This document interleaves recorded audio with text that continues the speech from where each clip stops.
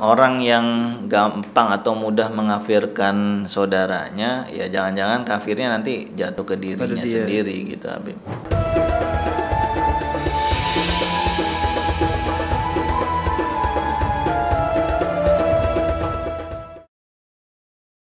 Bismillahirrahmanirrahim. Assalamualaikum warahmatullahi wabarakatuh. Pemirsa, sahabat Mahya, pendengar podcast Majelis Hikmah Alawiyah yang dirahmati dan diberkahi oleh Allah Subhanahu wa taala. Alhamdulillah kita kembali bertemu di dalam kajian podcast Mahya, yaitu membahas kitab-kitab daripada ajaran dan peninggalan Alawiyin, yang pada kesempatan hari ini kita akan membahas dan menggali daripada kitab Al-Ilmam Bima'rifati Fatawa wal Ahkam. Ini karangan daripada Al-Habib Salim bin Ahmad bin Jindan. Dan pada kesempatan hari ini kita akan berbicara tentang kitab-kitab, isi daripada kitab-kitab tersebut yang akan disampaikan oleh guru kita Ustadz Ahong yang pada kesempatan hari ini telah hadir di hadapan kita. Terlebih dahulu kita sapa dulu Ustadz Ahong. Assalamualaikum Ustadz. Waalaikumsalam Habib. Anda panggil antum Ustadz Ahong ini nggak apa-apa? Iya, Ustadz Ahong aja. Emang panggilan panggungnya begitu ya? Iya, jadi biar kalau orang nyari di Google langsung ketemu. Familiar ya? Iya. Masya Allah.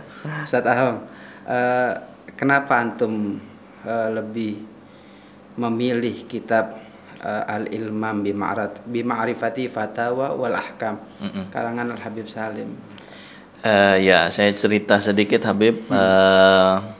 Saya mendapatkan informasi tersebut dari seorang teman yang juga kuliah di UIN Jakarta. Pada waktu itu kebetulan karya Habib Salim masih banyak yang berbentuk manuskrip. Yeah.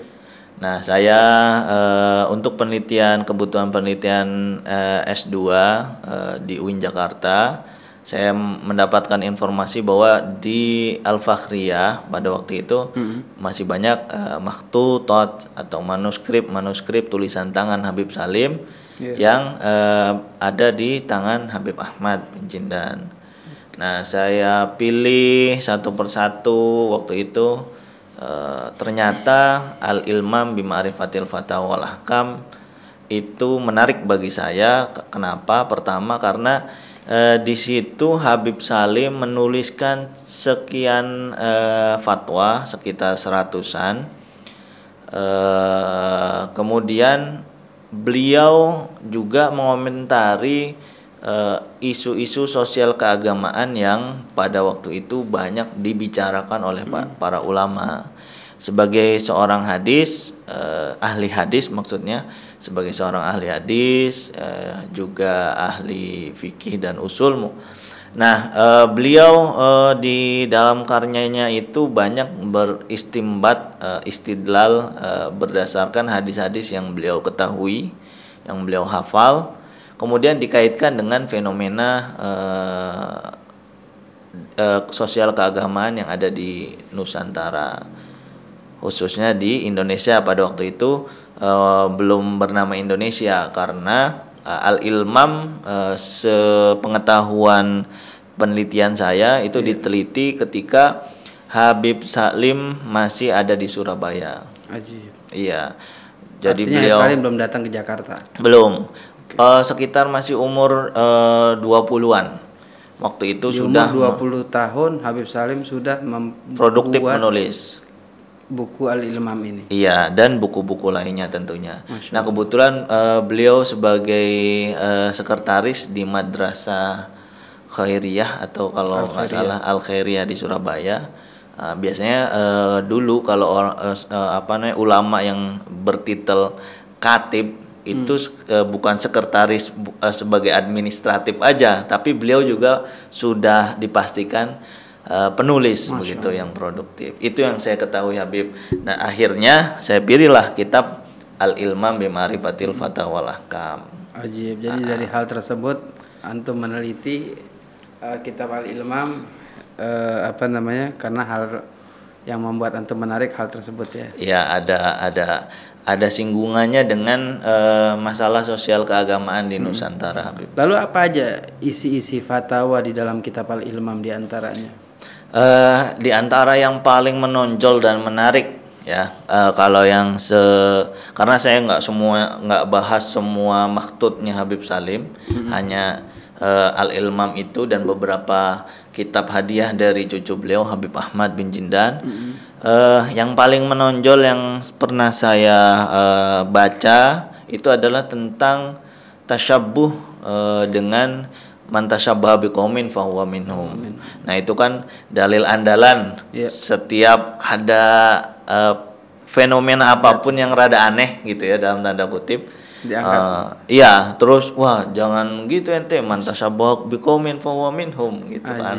Dulu di pesantren kalau ada ini kan, kalau ada yang nggak seneng bola terus ikut main bola sama kiainya dibilang man tasyabbaha biqaumin fahuwa minhum gitu. Jadi orang dibikin parno seperti itu. Iya, jadi hadis yang sifatnya umum nggak spesifik kemudian dijuruskan ke segala hal gitu. Nah, Habib Salim itu membahas hadis itu secara terperinci. Kebetulan pada abad ke-19 akhir dan awal abad ke-20 kita di Indonesia, dulu Hindia Belanda gitu kan, masih dijajah oleh Belanda ya, Habib.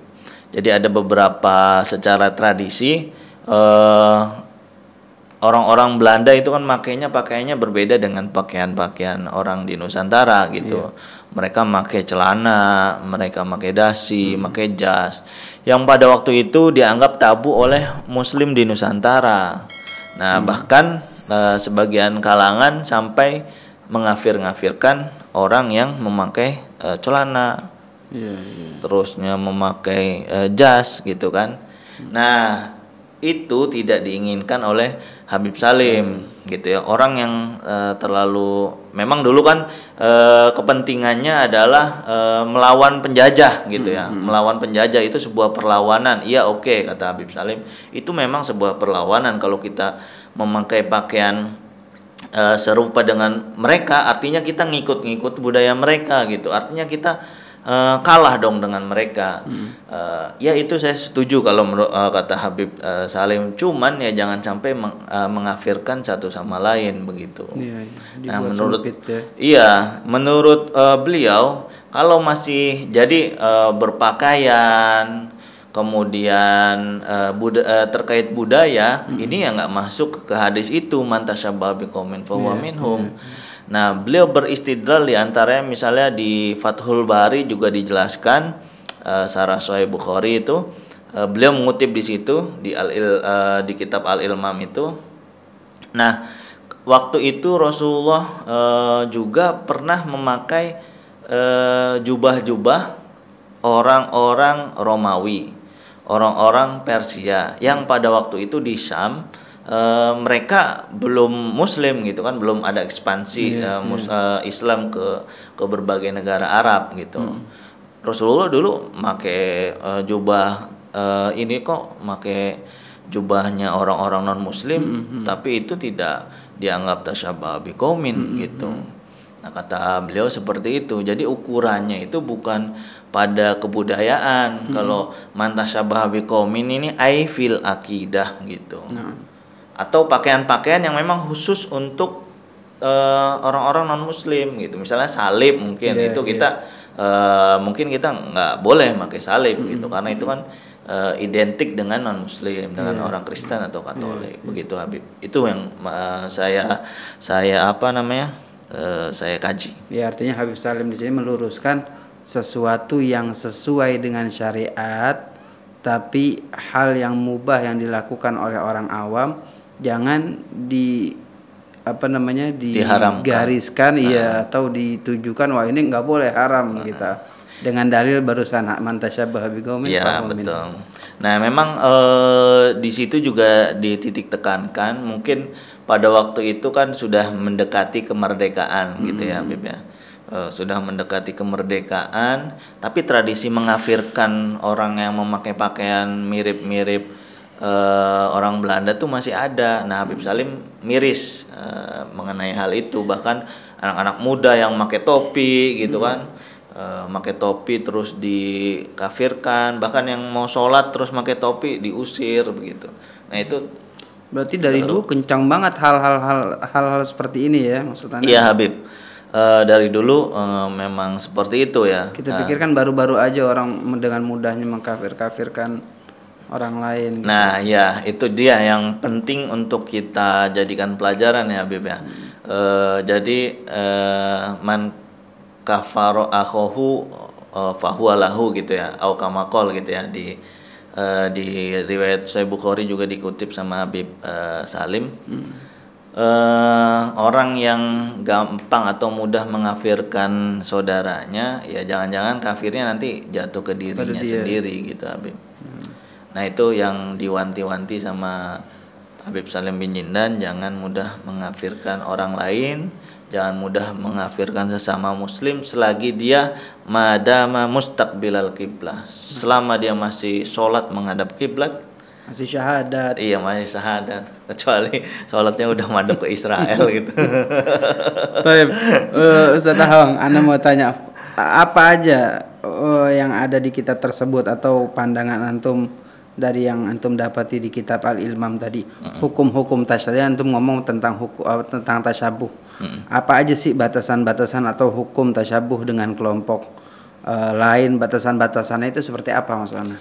Ya, tadi sudah disinggung sedikit bahwasanya yang nggak boleh tasyabuh kalau menurut Habib Salim itu ya dalam akidah atau dalam kebudayaan yang memang itu tradisi khusus non muslim gitu. Yang ketika orang lain melakukan hal itu tentu aneh gitu ya bagi muslim, kok melakukan itu. Kalau tradisinya kayak misalnya di kita kalau yang kita lebaran itu bagi-bagi ketupat ke siapapun gitu kan.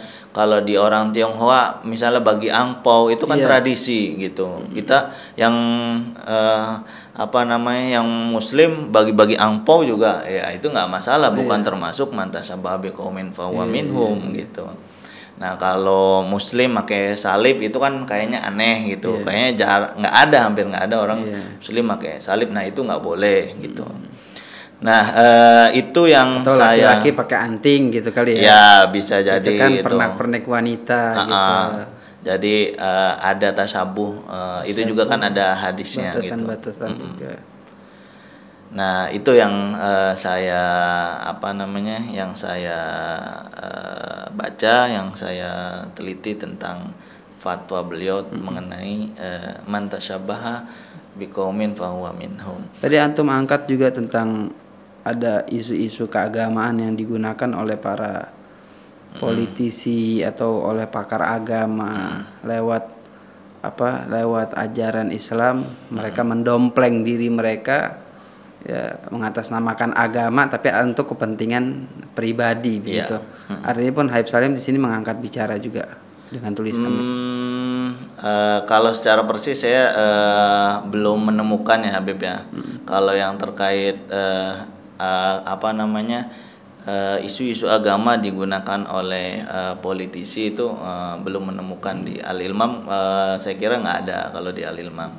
Cuman ada beberapa fatwa menarik ya, mungkin nggak berkaitan dengan apa yang ditanyakan sama Habib, tapi terkait terkait mungkin bisa dikatakan sebuah nasionalisme yang dalam lingkup kecil gitu. Kayak dulu kan ramai juga pembahasan tentang khutbah menggunakan bahasa non-Arab gitu. Kalau di Al-Ilmam sendiri Habib Salim bin Jindan itu mengutip secara langsung fatwa dari Syekh Rashid Ridho. Syekh Rashid Ridho muridnya Muhammad Abduh di Mesir, itu beliau kutip secara plek gitu ya. Persis banget yang ada gitu ya. Iya, di majalah Al-Manar.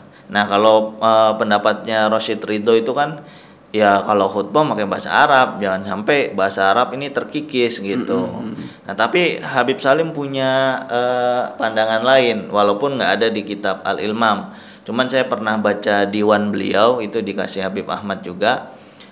Ada fatwa beliau kalau tidak salah tentang kebolehan khutbah dengan bahasa selain Arab begitu. Jadi yang terpenting itu poinnya tersampaikan khutbah itu gitu, kecuali rukun-rukunnya. Kalau rukun-rukun ya sudah disepakati ulama, kalau tidak salah ya harus menggunakan bahasa Arab. Nah itu yang saya temukan ya. Jadi beliau secara kultural itu memahami bahwa di Indonesia ya mungkin budayanya berbeda dengan di luar Indonesia begitu, baik itu di Timur Tengah atau di negara Asia Tenggara lainnya. Termasuk juga fatwa yang menarik menurut saya gitu, walaupun beliau secara tradisi ini dari Hadramut gitu ya, dari Hadramut, ulama-ulama Hadramut kata beliau di Al-Ilmam itu mewajibkan ini lihya, berjenggot gitu. Tapi beda dengan di Indonesia gitu. Di Indonesia kebiasaannya nggak berjenggot, justru jangan berjenggot. Nah, Habib nggak berjenggot juga kebetulan ya, Habib. Nah, ya itu menariknya, mohon nggak harus dipaksakan begitu. Jadi ya sesuai kulturnya, bukan berarti berjenggot nggak boleh. Tapi di sini Ana lihat Habib Salim dengan kebijaksanaan yang luar biasa. Kalau barusan Ana dengar beberapa penyampaian antum, contoh tadi artinya Habib Salim ini nasionalis dan agamis banget. Ya. Dia mau padukan hal tersebut. Contoh tadi antum bilang di saat orang-orang mengatakan kita orang muslim jangan berbusana barat dengan pakai serwal atau jas dan lain-lain, pakai busana kita misalkan kain gamis dan lain-lain. Nah itu ditampik sama Habib Salim, ya ditolaklah artinya pemikiran tersebut sampai dengan dalil yang mantasyabah. Ini bukan tasyabah, selagi dia tutup aurat mungkin kata Habib Salim wajar-wajar aja, boleh-boleh aja. Nah, ini kan kenasionalisannya Habib Salim. Dan di sisi lain Habib Salim pun agamis, artinya seperti khutbah mentah di dalam khutbah Idul Fitri, Idul Adha atau khutbatul Jum'ah, atau mungkin khutbah nikah begitu. Sekarang lagi fenomenal nih. Orang Indonesia kok pakai bahasa Arab khutbahnya, padahal kan ini hal-hal yang wajar-wajar aja menurut orang Arab atau orang Indonesia juga, bahkan menjadi tren sekarang. Saya orang juga Indonesia waktu nikah pakai bahasa Arab. Iya, menjadi tren kan, menjadi kebanggaan sendiri kan kalau orang Indonesia ijab kabul gitu dengan berbahasa Arab. Nah, gitu. Nah, tapi banyak juga dengan orang-orang yang nasionalis menyayangkan gitu. Oh, kenapa tinggal di Indonesia tapi khutbahnya kok pakai bahasa Arab dan seterusnya dan seterusnya. Nah, di sini pun Habib Salim mengambil pemahaman tersendiri. Artinya beliau kenasionalisannya ada, artinya dia nggak melarang orang pakai pakai bantul atau pakai celana, tapi pun dia menggaris luruskan ya tentang khutbah, ya memang mestinya atau sunnahnya pakai bahasa Arab ya bahasa Arab gitu, walaupun kita berada di negeri Indonesia seperti itu. Tradisi berkopiah atau berpeci hitam gitu, Habib. Itu dulu ada yang menyebutkan sebagai, nggak tahu konteks sejarahnya apa, saya belum menemukan. Itu disebutkan sebagai ahlul bid'ah gitu, yang pakai peci hitam kayak saya nih. Ini ahlul bid'ah.